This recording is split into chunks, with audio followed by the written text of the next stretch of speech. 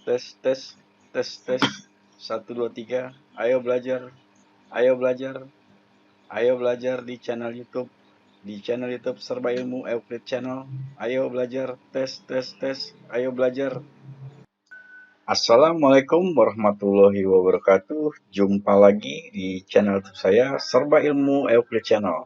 Pada video kali ini saya akan membahas kembali materi pelajaran bahasa Inggris mengenai inflectional form personal pronoun. Nah, dalam setiap bahasa, baik itu bahasa Indonesia, bahasa Belanda, bahasa Jerman, maupun bahasa Inggris, itu nanti terdapat yang dikatakan dengan kata ganti orang. Seperti halnya di sini yang akan kalian pelajari, yaitu di mana ada beberapa perubahan bentuk kata ganti orang. Yang pertama sebagai subjek, ya, yang kalian pernah mengenal, I, you, they, we, she, he, it. Saya, kamu, mereka, kami, dia perempuan, dia laki-laki, dan dia benda atau hewan. Lalu posisi sebagai subjek, I berubah menjadi me, sedangkan you berubah tetap, you tetap berubah menjadi you. Kemudian they menjadi them, we menjadi us, she menjadi her, he menjadi him, it menjadi it. Jadi di sini posisi I, ya, saya di sini sebagai subjek I, sedangkan apabila saya berada pada posisi objek maka menjadi me.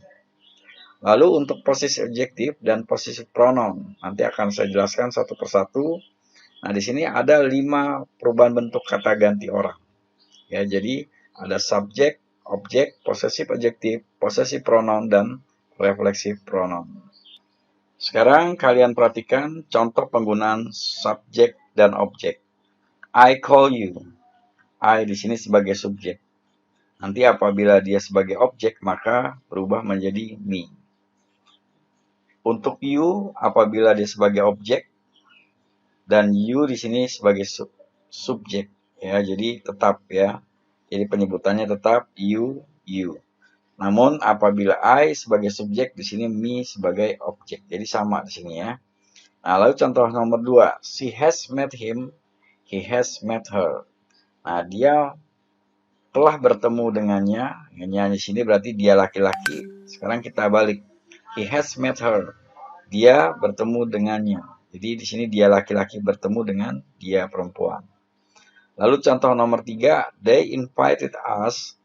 Ya, mereka mengundang kami. We invited them. Kami mengundang mereka. Jadi posisi they di sini sebagai subjek, apabila dia sebagai objek berubah menjadi them. Lalu us di sini sebagai objek, apabila sebagai subjek dia menjadi we. Lalu contoh nomor 4, I found it. Ya, I found it berarti saya menemukannya. Nah, di sini it di sini sebagai objek. Apabila dia sebagai subjek, tetap penyebutannya adalah it. Oke. Nah, jadi inilah contoh daripada penggunaan subjek dan objek kata ganti, ya. Berikutnya yang akan saya terangkan di sini adalah possessive adjective dan possessive pronoun. Nah, untuk possessive adjective dan possessive pronoun nanti ada persamaan dan ada perbedaan. Persamaannya yaitu possessive adjective dan possessive pronoun digunakan untuk menyatakan milik atau kepunyaan. Sedangkan perbedaannya, possessive adjective diikuti oleh bendanya, sedangkan possessive pronoun tidak.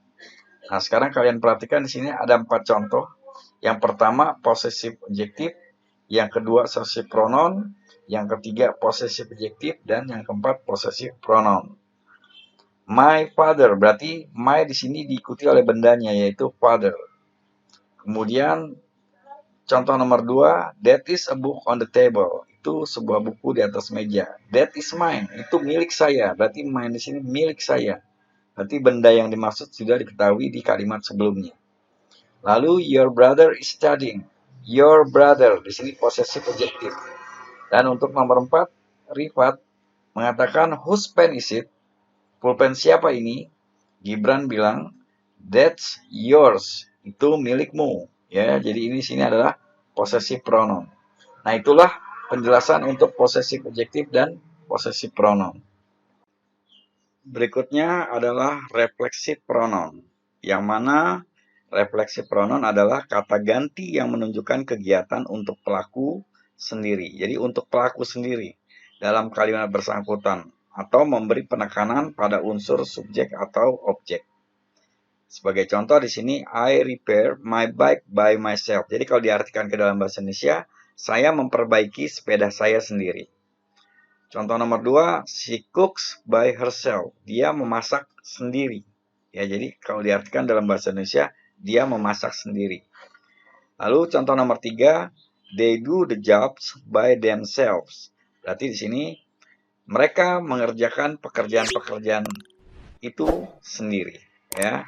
Nah, seperti itu kira-kira artinya. Ya, jadi penggunaan refleksi pronoun itu berarti menunjukkan kegiatan untuk pelaku sendiri. Pada penjelasan-penjelasan sebelumnya itu adalah kata ganti orang ya yang digunakan di dalam pelajaran bahasa Inggris. Namun ada satu hal lagi yang mana kata ganti tersebut menyatakan orang, yaitu kepemilikan orang ya, apabila dia tidak menggunakan kata ganti tadi maksudnya.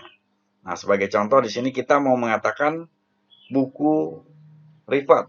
Nah, berarti di sini kita lihat contohnya, that is Rifat's book. Berarti itu bukunya Rifat. Contoh nomor 2, this is Rafatar's pen. Berarti ini bukunya Rafatar. Jadi, untuk kalimat seperti ini nanti dia setelah nama orangnya menggunakan apostrof lalu ditambah dengan S. Ya, jadi kalian perhatikan, lihat di sini contohnya Rifat's book. Berarti di sini ada penambahan apostrof ditambah dengan S. Jika nama pemilik berakhiran dengan huruf S, jadi kalau nama pemiliknya berakhiran dengan huruf S, maka hanya digunakan apostrofnya saja. Ya, sebagai contoh kalian perhatikan di sini, he is Anis' father. Jadi orangnya ini sudah berakhiran dengan huruf S. Contoh ke nomor 2, she is Rara's friend. Nah, di sini Raras namanya sudah berakhiran dengan huruf S. Jadi tidak menggunakan penambahan S lagi, namun hanya apostrofnya saja yang dituliskan. Nah, itulah penjelasan-penjelasan singkat saya mengenai inflectional form personal pronoun. Mudah-mudahan apa yang saya jelaskan di sini dapat bermanfaat buat kalian sebagai tambahan pengetahuan yang mungkin pernah kalian dapat atau belum kalian dapat. Nah, itulah. Terima kasih. Wassalamualaikum warahmatullahi wabarakatuh. Jangan lupa subscribe, like, share, and comment channel YouTube saya. Terima kasih.